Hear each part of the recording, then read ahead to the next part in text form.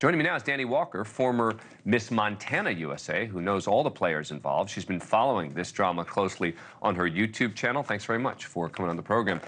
You're not surprised to hear about all of this? I'm not surprised about this at all. There have been a lot of warning signs from the beginning of this new leadership, such as Noelia not making appearances for over a month.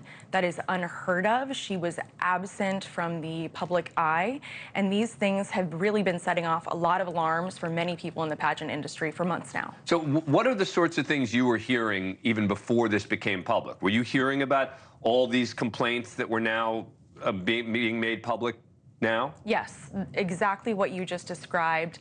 Many people in the background that are involved in the organization were sharing little bits and pieces, kind of sharing what they could about what was happening behind the scenes. But unfortunately, everyone has been tied up in NDAs that's not allowing them to speak out. And many are now calling for a lot of reform of these title holder contracts. But it sounds like one of the complaints is that the people are like trashing them behind their backs and like insulting them. I mean, what's going on there? I mean, why would the people involved in the organization be trashing the people who are the representatives of the organization? That's a great question. That's actually what everyone wants to know and understand, because it doesn't make sense. Logically, it doesn't make sense for your business. You should want these young women to be successful. They are the face of your brand and directly tied to how you monetize the brand. Here's a bit from the resignation letter.